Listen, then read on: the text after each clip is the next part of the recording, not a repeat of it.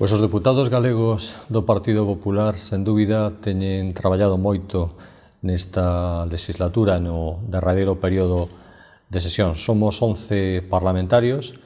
4 elixidos pola Coruña, 3 por Pontevedra, 2 por Ourense e 2 por Lugo, e todos eles están facendo un gran traballo. Eu salientaría, pois, en primeiro lugar, a vicepresidenta do Parlamento, do Congreso, Ana Pastor, pois, que desenvolve un traballo intensísimo pois, na dirección da Cámara e tamén nas súas responsabilidades importantes no Partido Popular na área social e sempre moi pendente de todas as cuestións que afectan a Galicia e a súa provincia de Pontevedra. Tamén destacaría o papel que xoga Antonio Erias como deputado portavoz da Comisión de Industria, Turismo e Comercio, un home experto en enerxía e que está facendo pois, un gran traballo, o mesmo que Joaquín García Díez, pois, portavoz de materia de pesca, un tema de tantísima importancia para Galicia e onde está día tras día defendendo os posicionamentos deste estratégico sector. Salientar tamén o traballo pois, de Belén do Campo, da Coruña, deputada experta en temas fundamentalmente de migración, que está ben pendente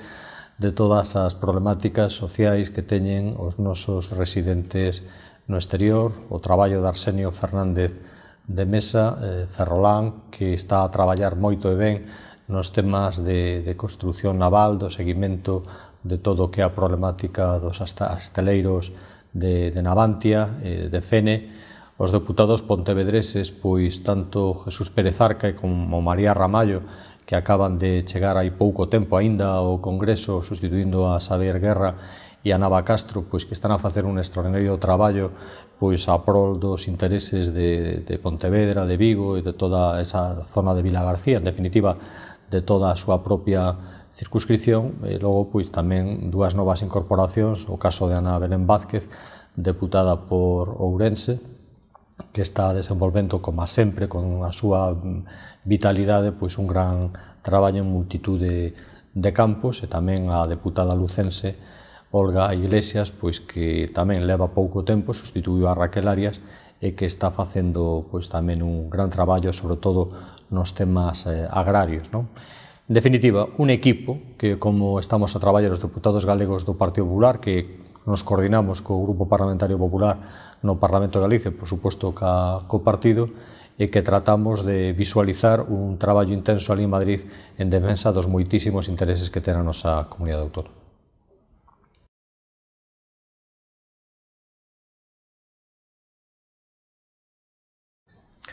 Pois realmente pódese decir que non hai eido que interese a Galicia que non fora tocado polas iniciativas dos deputados e deputadas galegas do Partido Popular.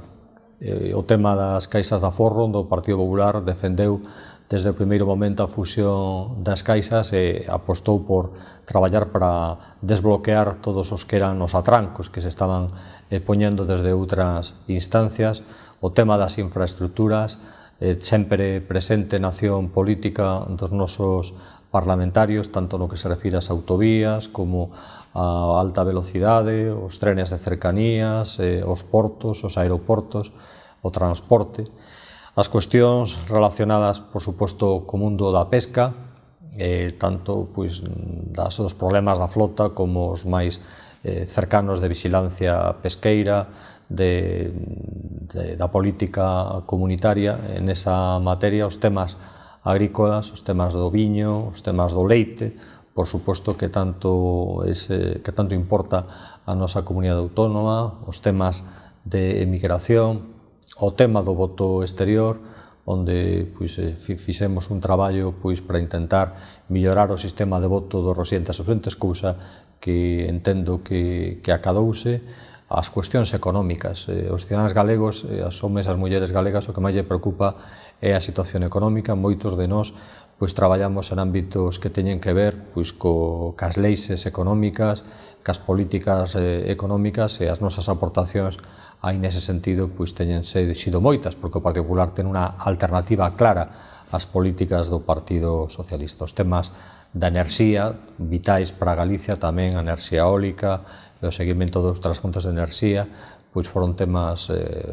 obxecto do noso traballo e os temas medioambientais, os que teñen que ver ca sanidade, perdón, co saneamento das augas e das rías, cos ríos, cos encoros. En definitiva, como dixen no principio, non hai área de actividade que non fora tocada polos deputados e deputadas galegas do Partido Popular.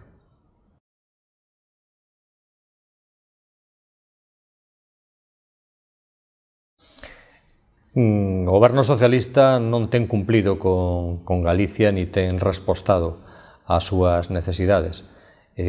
Quixeron facelo creer pois aprobando algúns anos presupostos que teóricamente tiñan un teito que les calificaban de histórico, pero que os feitos acreditaban que non era máis que eso, unha simple pantalla, nos chamamos de presupostos pantalla que non se cumpliron, foron cantidades inxentes de cartos os que quedaron sin executar. Realmente os proxectos de infraestructuras estiveron prácticamente guardados nun caixón durante 5 anos por mor da actividade do goberno socialista, do grupo parlamentario que tamén o amparaba. Son moitos os retrasos que hai en materia de autovías, por suposto en materia de alta velocidade e de outras infraestructuras vitais para as cidades e para os territorios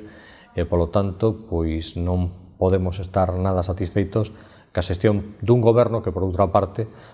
ten o triste récord de batir todas as marcas de desemprego en Galicia, como en calquera lugar de España, onde, desgraciadamente, estamos en 4.600.000 parados, unha tasa de desemprego do 20% e un déficit público de 11%. En Galicia non foi un territorio beneficiado polos gobernos socialistas e non o está a ser aínda.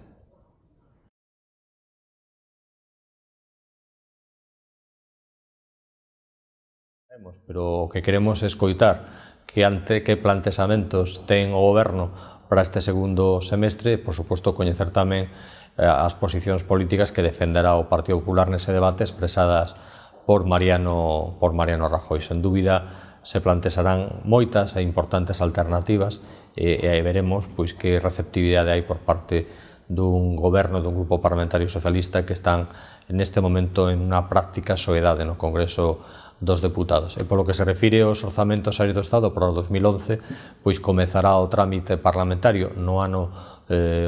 mes de setembro deste ano. Xa sabemos que van a ser unos presupostos restrictivos, unos presupostos de contención, pero a reflexión que nos facemos é que se hai recortes asumirémolo, pero non lle ten por que tocar a Galicia maiores recortes que os que lle teñen que tocar a outros territorios que en época de bonanza e de contas públicas saneadas tiveron un tratamento diferenciado e de favor. Non é o momento de gravar a Galicia aínda máis despois de haber estado marxinada durante os 5 anos precedentes. Por lo tanto, o noso traballo de vixiancia e de control deste proxecto de presupostos para o 2011 será, sen dúbida, un obxectivo prioritario.